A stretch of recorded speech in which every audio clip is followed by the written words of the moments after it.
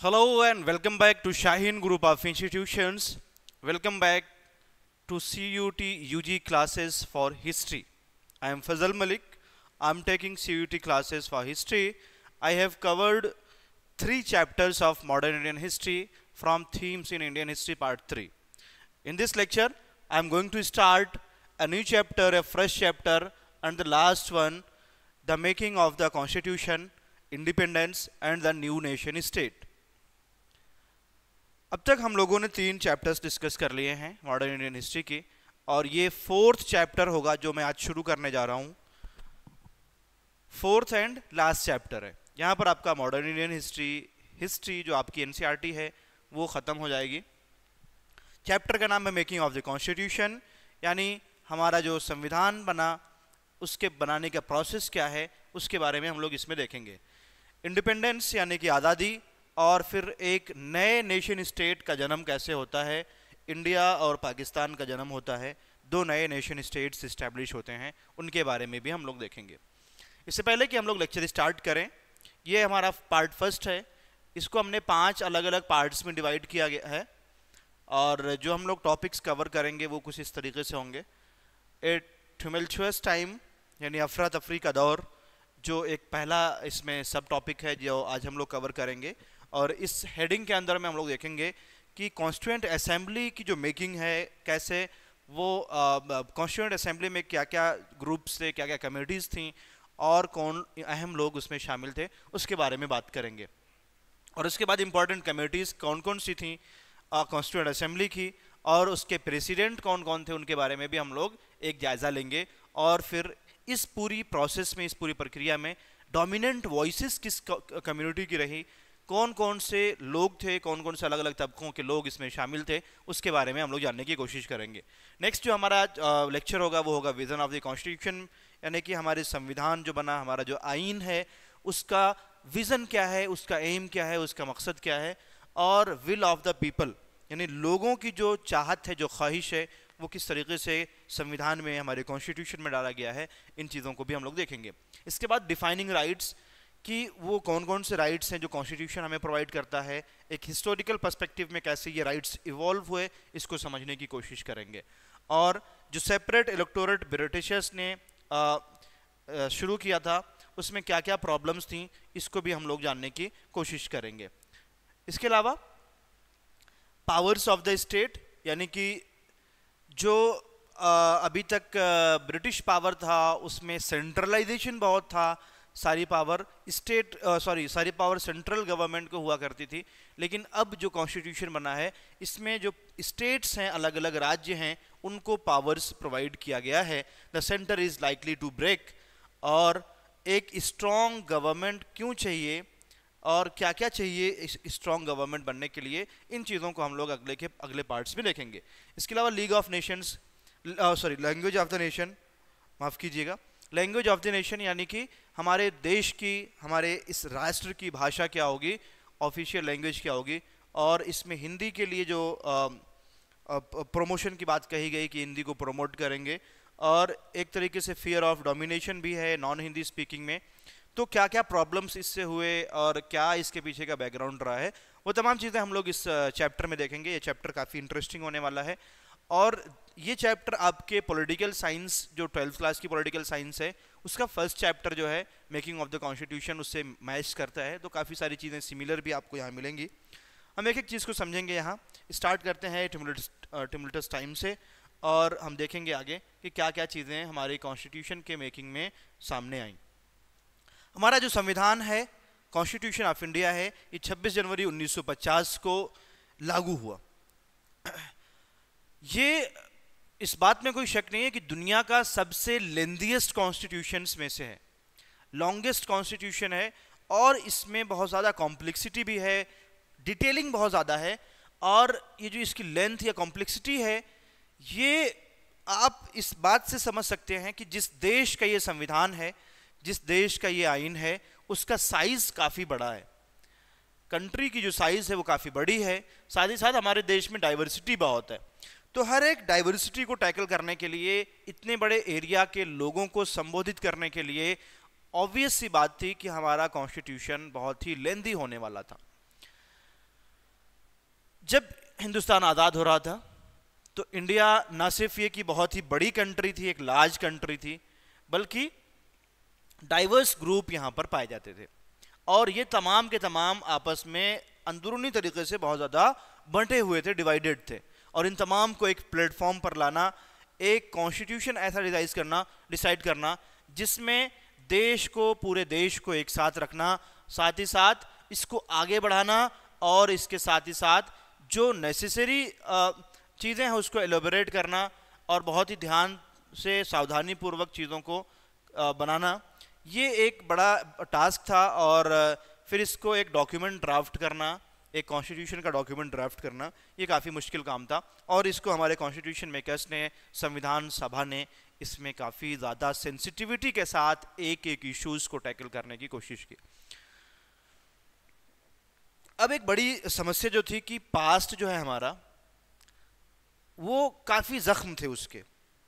In fact जब हमारा देश आज़ाद होता है तो उसी टाइम पर जो हमारे देश का बंटवारा होता है दो अलग अलग रिलीजियस कम्युनिटीज़ के बेस पर, तो इसमें सबसे बड़ी समस्या क्या आती है कि दोनों ग्रुपों में, हिंदूज़ और मुस्लिम्स में, काफ़ी सारी जानें जाती हैं और इससे पूरे कौम को, एक हिंदू कम्युनिटी को और मुस्लिम कम्युनिटी को भी काफ़ी लॉस होता है और दिलों में एक तरीके से ज़ख्म हो जाता है। तो इन तमाम ज़ख्मों को मरहम लगाना, जो पास्ट और प्रेजेंट के अलग अलग ज़ख्म थे, और जो इंडियंस हैं, डिफरेंट क्लासेस हैं, अलग अलग कास्ट के लोग हैं, कम्युनिटीज़ के लोग हैं, इन तमाम को एक पॉलिटिकल एक्सपेरिमेंट शेयर करना, ये एक बड़ा चैलेंज था। और दूसरी चीज़ ये है कि डेमोक्रेटिक इंस्टीट्यूशंस को इस्टेब्लिश करना है इंडिया में, जहाँ एक तरफ हायरार्की का कल्चर था, डिफरेंस का कल्चर था, इंडिया में कास्ट सिस्टम था, जहाँ पर अलग अलग रिलीजियस कम्युनिटीज़ या अलग अलग सोशल कम्युनिटीज़ में डिफरेंशिएट किया जाता था, जो एक तरीके से हमारे देश का पॉलिटिकल सिस्टम था अभी तक, ब्रिटिशर्स के आने से पहले वो हायरार्किकल सिस्टम था। इन तमाम को ख़त्म करके एक अलग देश के लिए एक अलग संविधान बनाना, एक अलग सिस्टम बनाना, ये काफ़ी चैलेंजिंग काम था। तो अगर आप आगे बात करें, जो कॉन्स्टिट्यूशन है हमारा, ये दिसंबर 1946 में शुरू हुआ बनना और दिसंबर 1947 को सबसे पहले मीटिंग होती है और उसके बाद में इसको लगातार लगभग 3 सालों तक इसको ड्राफ्ट किया गया, बनाया गया और आखिर में नवंबर 1949 में ये फाइनल शेप लेता है।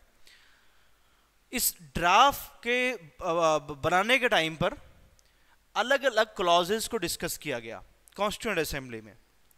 तो जब संविधान बनाने की बात हुई 1946 में, तो एक संविधान सभा का गठन होता है जिसे कॉन्स्टिट्यूएंट असेंबली के नाम से जाना जाता है। और ये जो असेंबली थी, इसके 11 सेशंस हुए, 11 बैठकें हुई। और ये जो बैठकें थीं, 11 बैठकों का मतलब कि 11 दिन नहीं बैठे, बल्कि जैसे अभी पार्लियामेंट के सेशंस चलते हैं, मानसून सेशन है या विंटर सेशन है, बजट सेशन है, तो इस तरीके से सेशन जो है कई दिनों पर मुहित होता है, कई दिनों तक चलता है एक सेशन। तो इस तरीके से 11 सेशंस हुए, टोटल 165 डेज मीटिंग हुई और इन बिटवीन द सेशंस जो ड्राफ्ट थे कॉन्स्टिट्यूशन के, उसको रिवाइज किया गया, रिफाइन किया गया। और इसको रिफाइन और रिवाइज करने में अलग अलग कमेटीज़ और सब कमेटीज़ इसमें शामिल थी। दिसंबर 1949 को 3 साल के डिबेट के बाद में कॉन्स्टिट्यूशन को साइन किया गया। एक्चुअली 26 नवंबर 1949 को ही जो है हमारा जो संविधान है वो कंप्लीट हो चुका था। उसके बाद उस पर साइनिंग करने की प्रक्रिया जो भी मेंबर्स थे वो शुरू हुआ और फिर कॉन्स्टिट्यूएंट असेंबली के सारे मेंबर्स ने उस पर साइन करना शुरू किया। तो इस तरीके से हमारा संविधान वजूद में आता है। और जब ये संविधान बन रहा था तो ये काफ़ी उथल पुथल का दौर था। अगर देखा जाए कि जो कॉन्स्टिट्यूएंट असेंबली, जो कॉन्स्टिट्यूशन मेकिंग का प्रोसेस शुरू हुआ, ये शुरू हुआ 1946 में और उसके अगले ही साल 1947 में हमारा देश जो है वो जहाँ एक तरफ आज़ाद होता है, इंडिपेंडेंट कंट्री बनता है, वहीं हमारा देश 2 अलग अलग पार्ट्स में बढ़ जाता है on the basis of religion. तो ये एक काफ़ी उथल पुथल का दौर था। इसमें एक तो लोगों को एक उम्मीद थी कि एक नया संविधान हमें मिलने वाला है, हमें आज़ादी मिलने वाली है ना। तो लोगों को एक अलग ही उत्साह था कि ब्रिटिशर्स के जो सदियों से, या आप कह सकते हैं कि 200-300 सालों से जो उनका सप्रेशन था, जो उनकी जुल्म और सितम थे, उससे छुटकारा मिलने वाला है। तो लोगों को एक होप था, लेकिन वहीं दूसरी तरफ उनको डिसअपॉइंटमेंट भी था कि हमारा देश जैसा होना चाहिए जैसा गांधी जी ने चाहा था। हमने लास्ट क्लास में, लास्ट चैप्टर में भी देखा कि गांधी जी चाहते थे कि देश का बंटवारा ना हो और दोनों कम्युनिटीज़, हिंदू और मुस्लिम, एक साथ भाईचारा से रहें। तो वो चीज़ें कहीं ना कहीं नाकाम हो रही थी, इसलिए डिसअपॉइंटमेंट भी मिल रहा था। 15 अगस्त 1947 को इंडिया फ्री होता है, आज़ाद होता है। India got freedom on 15 August, but it had also been divided. तो एक तरफ जहाँ इंडिया आज़ाद होता है, वहीं दूसरी तरफ इंडिया का डिवीज़न या पार्टीशन भी हो जाता है। तो एक तरफ जहाँ जॉय है, खुशी है, लोगों के दिलों में एक उत्साह है, उमंग है कि हम ब्रिटिशर्स की इस गुलामी की बेड़ियों से आज़ाद हो रहे हैं, वहीं दूसरी तरफ एक बहुत बड़ी समस्या सामने आती है कि अब हमारा देश, जो सदियों पुराना मिलजुल के रहने वाला देश था, वो अब डिवाइड हो रहा है। तो ये एक बहुत बड़ी डिसअपॉइंटमेंट थी। क्विट इंडिया स्ट्रगल्स जो 1942 में हुए थे, 1942 में भारत छोड़ो आंदोलन होता, तो इसमें जो ब्रिटिश राज के खिलाफ ये सबसे वाइड स्प्रेड पॉपुलर मूवमेंट था, यानी बहुत ही ज़्यादा मशहूर, और इसमें अलग अलग कम्युनिटी के लोग शामिल हो रहे थे। इस तरीके से सुभाष चंद्र बोस ने जो फ्रीडम के लिए स्ट्रगल किया फॉरेन एड के ज़रिए से दूसरे देशों से मदद के लिए, वो भी काफ़ी काबिल ज़िक्र है। और इसके बाद में कई सारे अपराइजिंग्स हुए, अपसर्ज हुए, जिसमें पॉपुलर सिंपैथी, लोगों की जो है सिंपैथी उसमें देखने को मिलती है।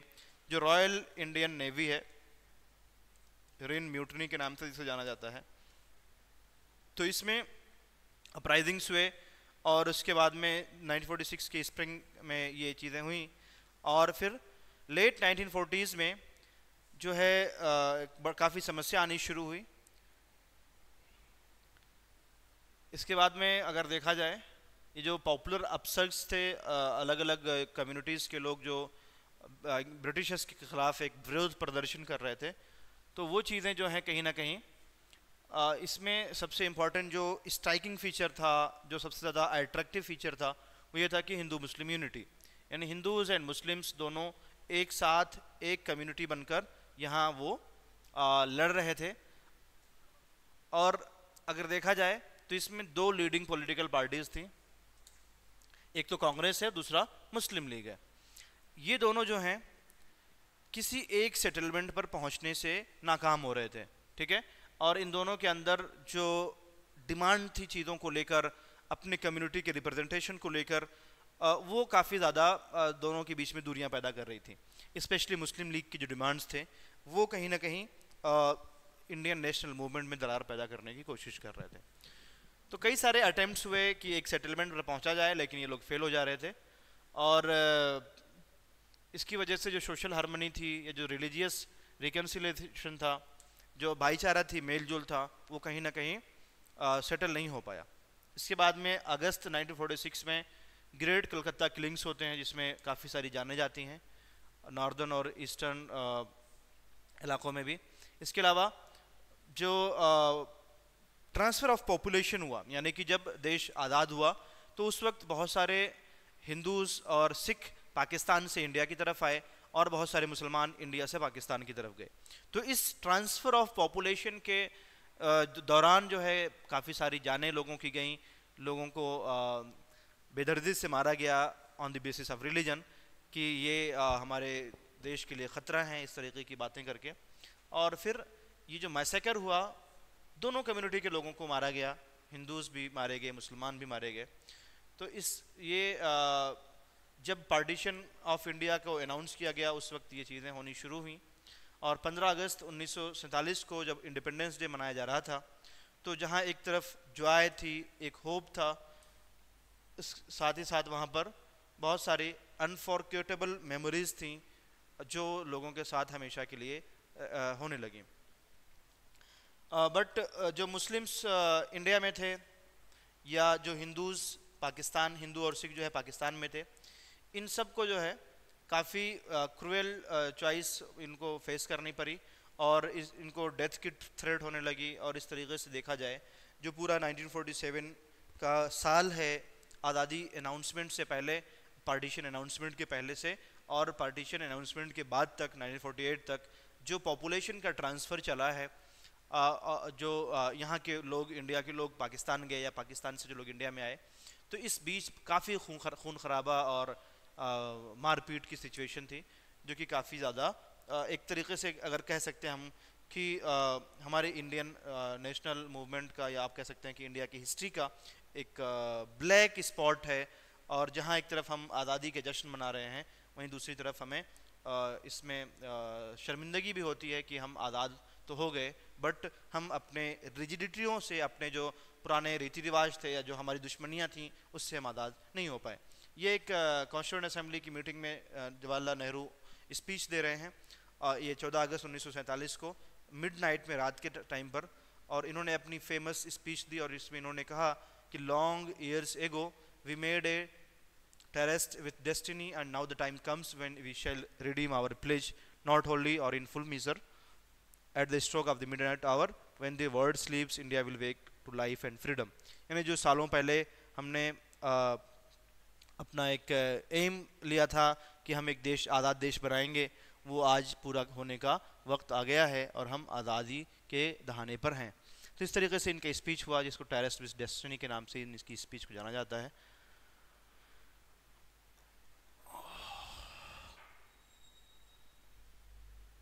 वेट्स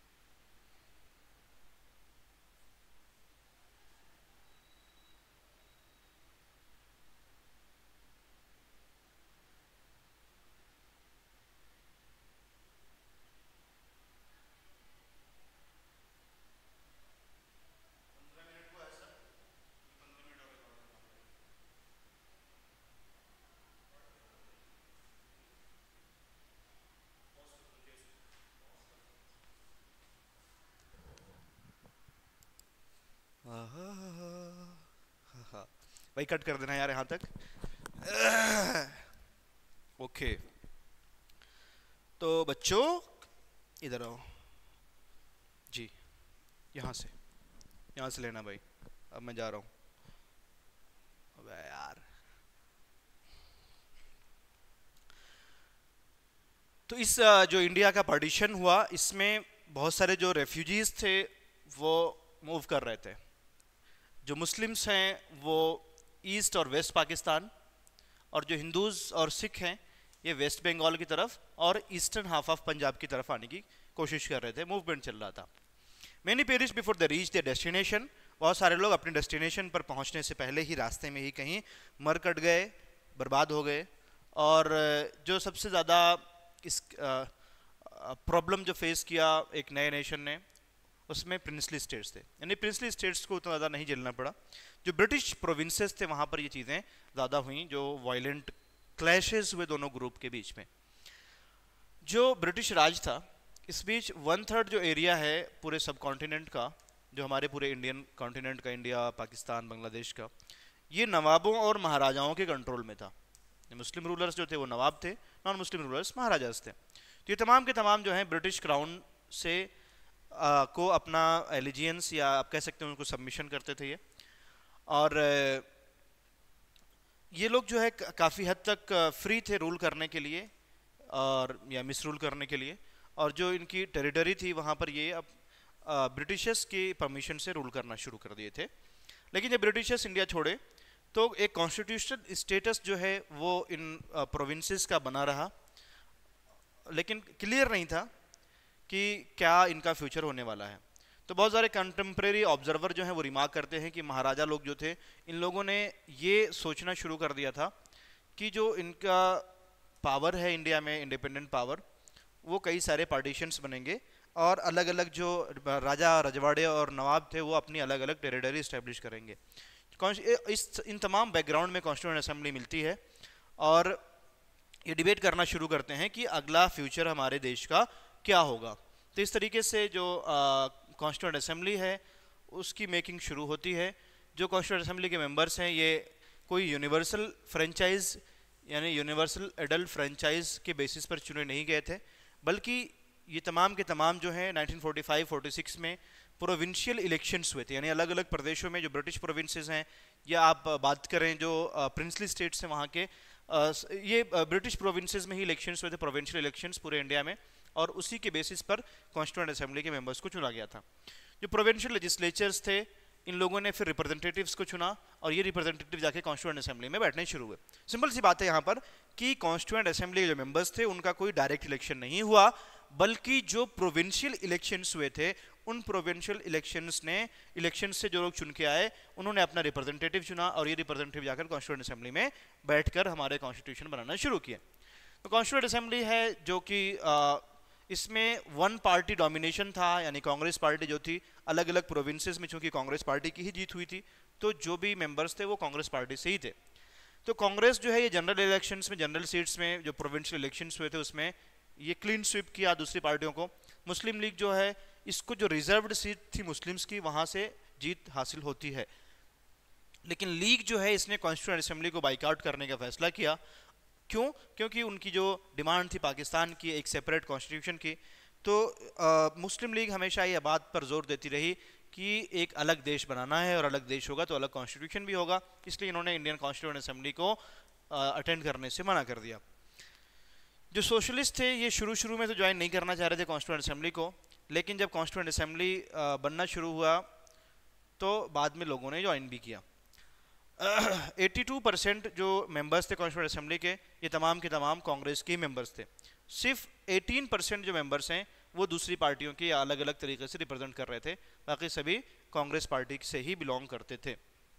कांग्रेस जो है ये एक पार्टी जो है कांग्रेस पार्टी, इसमें एक वॉइस नहीं थी, बल्कि इसमें जो मेंबर्स थे इसके वो अपने अपने ओपिनियन में डिफरेंट थे अलग अलग क्रिटिकल इश्यूज पर। तो बहुत सारे ऐसे भी मेंबर्स थे जो सोशलिज्म से इंस्पायर थे, वहीं दूसरी तरफ ऐसे भी लोग थे जो लैंडलॉर्डिज्म या जमींदारी सिस्टम को प्रमोट करते थे, उसको डिफेंड करते थे। जहां एक तरफ कम्युनल पार्टीज से क्लोज थे काफ़ी सारे लोग, काफ़ी सारे ऐसे मेंबर्स थे जो मुस्लिम लीग से करीब थे या हिंदू महासभा से करीब थे, और वहीं दूसरी तरफ कुछ ऐसे लोग भी थे जो अपने आप को सेक्युलर भी कहते थे। तो कांग्रेस पार्टी में सिर्फ एक तरह के लोग नहीं थे, बल्कि अलग अलग कम्युनिटीज़ के लोग इसमें शामिल थे। और जो पूरा नेशनल मूवमेंट है, कांग्रेस मेंबर्स जो हैं इसमें, इन्होंने नेशनल मूवमेंट के आइडियाज़ को डिस्कस किया, नेगोशिएट किया। कॉन्स्टिट्यूएंट असेंबली में कांग्रेस के जो मेंबर्स हैं वो खामोश नहीं बैठते थे, बल्कि ये कॉन्स्टिट्यूएंट असेंबली में डिस्कशंस करते रहते थे अलग अलग इश्यूज़ पर, और फिर उनके ओपिनियन से जो पब्लिक का ओपिनियन होता था उसको पेश करके उसको रखने की कोशिश करते थे। तो बहुत सारी गुफ्तगू हुई, डेलिब्रेशंस हुए, बातचीत हुई, आर्गूमेंट्स हुए, और ये सब के सब न्यूज़पेपर वगैरह में रिपोर्ट किए गए हैं, और बहुत कुछ प्रपोजल्स हैं जो पब्लिकली डिबेट किए गए थे। क्रिटिसिज्म, काउंटर क्रिटिसिज्म भी हुआ, और इस तरीके से सब लोग एक कंसेंसस पर पहुँचे, और फिर उसको स्पेसिफिक इश्यूज़ पर काफ़ी सारे डिबेट डिस्कशन के बाद एक स्पेसिफिक मुद्दे पर पहुँचने के बाद ही उसको संविधान में शामिल किया गया। तो एक कलेक्टिव पार्टिसिपेशन का सेंस क्रिएट करने के लिए आम लोगों से भी व्यूज़ मांगे गए ताकि तमाम लोगों के व्यूज़ इसमें शामिल हो सकें। कुछ इंपॉर्टेंट कमेटीज़ हैं जो हमारी कॉन्स्टिट्यूएंट असेंबली की बनाई गई थी। और उसके प्रेसिडेंट्स के यहाँ नाम है। ये आपको एक ध्यान रखना है, याद रखना है, जो कॉन्स्टिट्यूएंट असेंबली के इंपॉर्टेंट कमेटीज थी उसके नाम क्या हैं और उसके प्रेसिडेंट कौन है। तो रूल ऑफ प्रोसीजर कमेटी, ये राजेंद्र प्रसाद इसको हेड कर रहे थे। यूनियन पावर कमेटी को पंडित जवाहरलाल नेहरू हेड कर रहे थे। यूनियन कॉन्स्टिट्यूशन कमेटी को पंडित जवाहरलाल नेहरू हेड कर रहे हैं। प्रोविंशियल कॉन्स्टिट्यूशन कमेटी को वल्लभ भाई पटेल कर रहे हैं। स्टीयरिंग कमेटी को राजेंद्र प्रसाद, ड्राफ्टिंग कमेटी को भीमराव अंबेडकर, फ्लैग कमेटी को जेबी कृपलानी जिसने फ्लैग फाइनलाइज किया था, स्टेट्स कमेटी को पंडित जवाहरलाल नेहरू, एडवाइजरी कमेटी को सरदार वल्लभ भाई पटेल, सुप्रीम कोर्ट कमेटी को एस वरदाचार्य, फंडामेंटल राइट्स की सब कमेटी को जेबी कृपलानी, इसके अलावा माइनॉरिटीज़ की सब कमेटी को एच.सी. मुखर्जी हेड कर रहे थे। इसके अलावा कॉन्स्टिट्यूशन रिव्यू कमीशन था जिसको एम.एन. वेंकटचलैया हेड कर रहे थे। तो ये 13 कमेटीज और उनके नाम हैं, उनके प्रेसिडेंट्स के नाम है, इसको आपको याद रखना है। अब हम बात करते हैं वापस से कॉन्स्टिट्यूएंट असेंबली की। तो कॉन्स्टिट्यूएंट असेंबली जो है इसमें लिंग्विस्टिक माइनॉरिटीज़ के लोग जो थे ये अपनी मदर टंग की प्रोडक्शन चाहते थे। ये चाहते थे कि जो उनकी मदर टंग है उसका प्रोडक्शन हो। तो अलग अलग इलाकों में जो जो लिंग्विस्टिक माइनॉरिटीज़ हैं उसके स्पीकर्स ने इस तरह के प्रोटेक्शन भी चाहा। इसके अलावा जो रिलीजियस माइनॉरिटीज़ थे वो स्पेशल सेफ गार्ड चाहते थे। दलित जो थे ये चाहते थे कि जो ऑल कास्ट ऑपरेशन है, जो कास्ट के बेसिस पर ऑपरेशन है उसको ख़त्म होना चाहिए और गवर्नमेंट बॉडीज़ में रिजर्वेशन ऑफ सीट्स होना चाहिए ताकि दलित लोग जो अभी तक सताए गए उनको अब उनको जगह मिल सके। Important issues of cultural rights and social justice raised in these public discussions was debated on the floor of the assembly. Constituent Assembly में कल्चरल राइट्स के इशू को डिस्कस किया गया, साथ ही साथ सोशल जस्टिस के से रिलेटेड जो इश्यूज थे उसको भी डिस्कस करने की कोशिश किया गया। ठीक है, तो ये हमारा एक सब टॉपिक क्लियर हुआ। अब हम देखेंगे डोमिनेंट वॉइसेस को। तो डोमिनेंट वॉइसेस यानी कि कौन कौन से लोग इसमें शामिल थे। तो कॉन्स्टिट्यूएंट असेंबली में 300 मेंबर्स के आसपास लोग थे जिसमें 6 मेंबर्स जो हैं वो काफ़ी इंपॉर्टेंट रोल प्ले कर रहे थे। तो 3 जो हैं इसमें 6 मेंबर्स में से 3 जो हैं ये कांग्रेस के रिप्रेजेंटेटिव हैं, एक हैं जवाहरलाल नेहरू और दूसरे हैं वल्लभ भाई पटेल और तीसरे हैं राजेंद्र प्रसाद। ये ट्रियो हैं जिसे कांग्रेस ट्रियो बोला जाता है। ये काफ़ी अहम रोल प्ले कर रहे थे पूरे इस कॉन्स्टिट्यूशन के फॉर्मेशन में। It was Nehru who moved the crucial objective resolution as well as the resolution proposing that the national flag of India be horizontal tricolor of saffron, white and dark green in equal proportion with a wheel in navy blue at the center. आपने political science के first chapter में भी पढ़ा होगा। ये जो नेहरू हैं इन्होंने ऑब्जेक्टिव रेजोल्यूशन पेश किया था और इसी की बेसिस पर बाद में हमारे देश का प्रियम्बल बनाया गया और इसमें इन्होंने जो है तिरंगे के बारे में भी एडवोकेट किया। पटेल जो हैं वो ज़्यादातर जो है पीछे से काम, मतलब कि पर्दे के पीछे काम कर रहे थे और कई सारे रिपोर्ट्स को ड्रॉ करने में, ड्राफ्ट करने में इनका काफ़ी अहम रोल रहा है। इसके अलावा बात अगर हम करें राजेंद्र प्रसाद की तो ये प्रेसिडेंट थे असेंबली के, जो कॉन्स्टिट्यूएंट असेंबली थी हमारी उसके प्रेसिडेंट थे और इन्होंने स्टीयरिंग कमेटी को भी हेड किया। तो कई सारी कंस्ट्रक्टिव लाइन्स पर इन्होंने काम किया। इसके कांग्रेस के इन तीनों लोगों के अलावा कॉन्स्टिट्यूएंट असेंबली में एक बहुत ही बड़े लॉयर और इकोनॉमिस्ट थे, डॉक्टर B.R. अम्बेडकर। तो जब ब्रिटिश रूल था तो अम्बेडकर जो है एक पॉलिटिकल अपोनेंट थे कांग्रेस के, लेकिन महात्मा गांधी के एडवाइस पर इनको जो है यूनियन कैबिनेट में लॉ मिनिस्टर की पोजीशन मिलती है। ये एक इंडिपेंडेंस के बाद जो है लॉ मिनिस्टर के तौर पर ज्वाइन करते हैं। इस तरीके से अगर देखा जाए तो ड्राफ्टिंग कमेटी के चेयरमैन बनाए जाते हैं, कॉन्स्टिट्यूशन के जो ड्राफ्टिंग कमेटी है उसके चेयरमैन बनाए जाते हैं और इस तरीके से कॉन्स्टिट्यूशन को ड्राफ्ट करने का काम ये करते हैं। इनके अलावा 2 और लॉयर्स हैं, K.M. मुंशी जो गुजरात से हैं और अल्लादी कृष्णा स्वामी अय्यर ये मद्रास से हैं। इन दोनों ने भी कॉन्स्टिट्यूशन के ड्राफ्टिंग में काफ़ी अहम रोल प्ले किया। इसके अलावा ये 6 मेंबर्स जो हैं, एक तो नेहरू, पटेल एंड राजेंद्र प्रसाद, ये 3 कांग्रेस के हैं, B.R. Ambedkar, K.M. Munshi and Alladi Krishnaswami Ayyar, ये 6 लोग हैं जो पिलर्स माने जाते हैं 6 मेंबर्स। और इसके साथ 2 सिविल सर्वेंट्स हैं जो इस पूरी प्रक्रिया में इन 6 लोगों की हेल्प कर रहे हैं।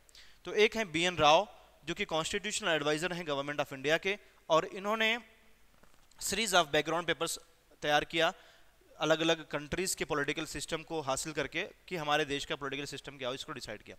इसके अलावा S.N. मुखर्जी हैं जो चीफ ड्राफ्टमैन बोला जाते हैं। इन्होंने लीगल लैंग्वेज के कॉम्प्लेक्स प्रपोजल्स को पुट किया इसमें और इस तरीके से हमारे संविधान को एक जीता जागता संविधान बनाया। अम्बेडकर जो हैं ये खुद कॉन्स्टिट्यूशन को ड्राफ्ट करने की रिस्पॉन्सिबिलिटी लिए, और कई साल लगे इसको बनाने में। फिर जो रिकॉर्ड्स थे, बल्कि वॉल्यूम्स थे 11 वॉल्यूम्स, जो डिस्कशन है वो तमाम के तमाम इसमें देखे जा सकते हैं सारे डिस्कशंस को। तो जो भी डिस्कशंस हो रहे थे कॉन्स्टिट्यूएंट असेंबली में, उसका ड्राफ्ट, उसका एक 11 अलग अलग हिस्सों में वो अभी भी रखा हुआ है जो डिस्कशंस हुए। इन तमाम प्रोसेस में, ये प्रोसेस जो है ये काफ़ी लॉन्ग था लेकिन बहुत ही इंटरेस्टिंग भी था। जो कॉन्स्टिट्यूएंट असेंबली के मेंबर्स थे, इन्होंने अपने अलग अलग डाइवर्जेंट पॉइंट ऑफ व्यू दिया, और इस तरीके से देखा जाए कि जो प्रेजेंटेशंस थे ये काफ़ी कॉन्फ्लिक्टिंग आइडियाज़ थे। यानी कि एक तरफ कोई अलग तरीके का आइडिया दे रहा है और वहीं दूसरी तरफ दूसरा मेंबर अलग तरीके का आइडिया दे रहा है।